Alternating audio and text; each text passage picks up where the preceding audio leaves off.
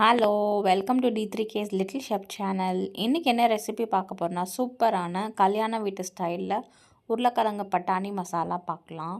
Taste சூப்பராக இருக்கும். வாங்க எப்படி பண்ணலான்னு பார்க்கலாம். அதுக்கு ஒரு பேனில் வந்து கடலெண்ணெய் வந்து ஆட் பண்ணிக்கலாம் 3 டேபிள் ஸ்பூன். இந்த டிஷ்க்கு வந்து கடலெண்ணெய் ஆட் பண்ணுங்கள், டேஸ்ட்டு சூப்பராக இருக்கும். அதுக்கப்புறமா 1 டேபிள் ஸ்பூன் அளவுக்கு சோம்பு, 1 டீஸ்பூன் வந்து கடுகு ஆட் பண்ணி பொரிஞ்சதுக்கப்புறமா கொஞ்சமாக கருவேப்பிலை வந்து ஆட் பண்ணிக்கலாம். ஆட் பண்ணி நல்லா பொரிஞ்சதுக்கப்புறமா 2 பெரிய வெங்காயம் வந்து நம்ம இந்த மாதிரி சாப் பண்ணி ஆட் பண்ணிக்கலாம். இந்த மாதிரி மசாலா வந்து நம்ம செய்கிறச்ச எக்ஸ்ட்ராவாக கொஞ்சம் வெங்காயம் ஆட் பண்ணிவிட்டு நம்ம வதக்கும் போது அந்த டேஸ்ட் வந்து சூப்பராக இருக்கும்.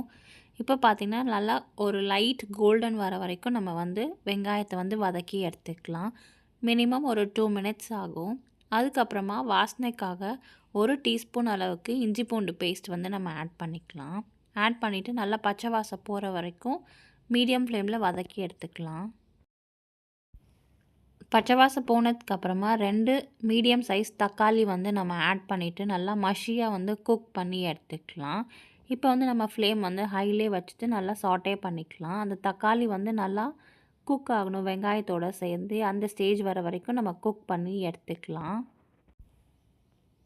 இப்போ பார்த்திங்கன்னா வெங்காயமும் தக்காளியும் நல்லா பிளெண்ட் ஆகி குக் ஆகிடுச்சு. இந்த ஸ்டேஜில் 1 கப் அளவுக்கு பச்சை பட்டாணி வந்து நம்ம ஆட் பண்ணிக்கலாம். நான் வந்து ஃப்ரோசன் பட்டாணி ஆட் பண்ணிக்கிறேன்.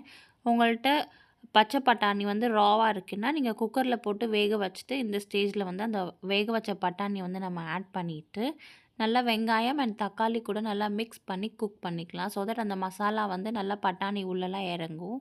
அதுக்காக இந்த ஸ்டேஜ்லேயே நம்ம ஆட் பண்ணிவிட்டு ஒரு 2 மினிட்ஸ் நல்லா சாட்டே பண்ணி எடுத்துக்கலாம். இப்போ நம்ம மசாலா எல்லாமே ஆட் பண்ணிக்கலாம். 1 டேபிள் ஸ்பூன் அளவுக்கு மிளகாய்த்தூள், 1 1/2 டேபிள் ஸ்பூன் அளவுக்கு தனியாத்தூள் வந்து ஆட் பண்ணிக்கலாம், மல்லித்தூள். அதுக்கப்புறமா 1/2 டீஸ்பூன் அளவுக்கு மஞ்சத்தூள் ஆட் பண்ணிவிட்டு 1 டேபிள் ஸ்பூன் வந்து கரம் மசாலா வந்து நம்ம ஆட் பண்ணிக்கலாம். கரம் மசாலா கண்டிப்பாக ஆட் பண்ணுங்கள், ஸ்கிப் பண்ணாதீங்க. அப்போ தான் டேஸ்ட் வந்து அந்த கல்யாண வீட்டு ஸ்டைலில் டேஸ்ட் வந்து சூப்பராக இருக்கும். இப்போ மசாலா எல்லாம் ஆட் பண்ணிவிட்டு நல்லா ஒரு வாட்டி கலந்து விட்டுக்கலாம், மிக்ஸ் பண்ணி எடுத்துக்கலாம். நீங்கள் மசாலா 1 பை 1 ஆட் பண்ணும்போது ஃப்ளேம் வந்து ரொம்ப சிம்மில் வச்சுக்கோங்க, இல்லாட்டி டக்குன்னு அடி பிடிச்சிடும். மசாலாலாம் ஆட் பண்ணி நல்லா மிக்ஸ் பண்ணதுக்கப்புறமா 1/2 கப் அளவுக்கு தண்ணி ஊற்றிக்கலாம். நம்ம தண்ணி ஊற்றிட்டு அந்த எண்ணெய் பிரிகிற வரைக்கும் நல்லா குக் பண்ணி எடுத்துக்கலாம். 1/2 கப் அதுக்கு போதுமானது. ரொம்ப ஜாஸ்தியாக ஊற்றிட்டிங்கன்னா அப்புறம் மசாலா வந்து தண்ணியாகிடும், திக் ஆகாது. ஸோ அது மட்டும் பார்த்துக்கோங்க. இந்த ஸ்டேஜில் வேக வச்ச உருளைக்கிழங்கு வந்து நம்ம ஆட் பண்ணிக்கலாம். குக்கரில் வந்து 1/4 கிலோ உருளைக்கிழங்கு நல்லா 2ஆக வெட்டிட்டு நல்லா வாஷ் பண்ணிவிட்டு தண்ணி ஊற்றிட்டு 5லேருந்து 6 விசில் வரைக்கும் நம்ம வந்து வேக வச்சு எடுத்துகிட்டு தோல் எடுத்துகிட்டு இந்த மாதிரி மஸ்ட்டுட்டு இந்த ஸ்டேஜில் வந்து நல்லா ஆட் பண்ணி மிக்ஸ் பண்ணி எடுத்துக்கலாம். அதோட 1 1/2 டேபிள் ஸ்பூன் அளவுக்கு உப்பு, 1 டீஸ்பூன் வந்து பெருங்காயம் வந்து ஆட் பண்ணிக்கலாம் வாசனைக்காக. ஆட் பண்ணிவிட்டு ஃப்ளேம் வந்து நம்ம மீடியமில் வச்சுட்டு நல்லா மிக்ஸ் பண்ணி எடுத்துக்கலாம். இன் பிட்வீன் வந்து நம்ம கலந்து விட்டுக்கலாம், இல்லாட்டி டக்குன்னு அடி பிடிச்சிடும். நம்ம 1/2 கப் தண்ணி ஊற்றினதே கரெக்டாக இருக்குது. கன்சிஸ்டன்சி பார்த்திங்கன்னா இந்த மாதிரி தான் இருக்கணும், ரொம்பவும் வாட்டரியாக இருக்கக்கூடாது.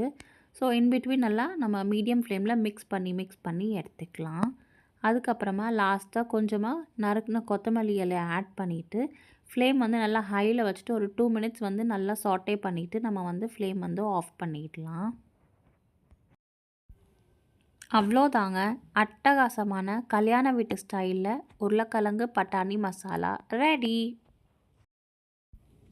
சிம்பிள் அண்ட் யம்மியான ரெசிபி, ரொம்ப ஈஸியாகவே பண்ணிடலாம். இது பெஸ்ட்டு சைட் டிஷ் ரெசிபின்னு கூட சொல்லலாம்.